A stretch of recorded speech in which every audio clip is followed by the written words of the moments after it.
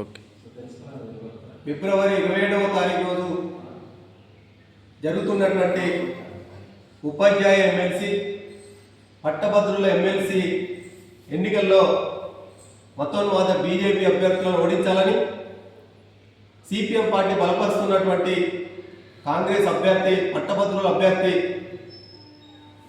నరేందర్ రెడ్డి గారికి ఉపాధ్యాయులందరూ కలిసి బలపరిచినటువంటి ఉపాధ్యాయ ఎమ్మెల్సీ అభ్యర్థి వై అశోక్ కుమార్ గారికి ఓట్లేసి గెలిపించాలని చెప్పేసి మంచిర్యాల జిల్లా ఉపాధ్యాయులకు పట్టభద్రులందరికీ కూడా సిపిఎం పార్టీ మంచిర్యాల జిల్లా కమిటీ తరఫున విజ్ఞప్తి చేస్తా ఉన్నాం.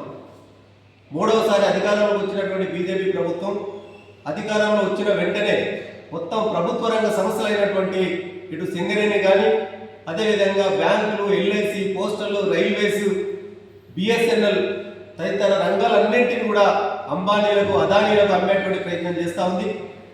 అదేవిధంగా కార్మికులకు సంవత్సరానికి 2 కోట్ల ఉద్యోగాలు ఇస్తామని చెప్పినటువంటి బీజేపీ ప్రభుత్వం అధికారంలోకి వచ్చిన తర్వాత ఒక్క ఉద్యోగం కూడా ఇప్పటివరకు ఇవ్వలేదు.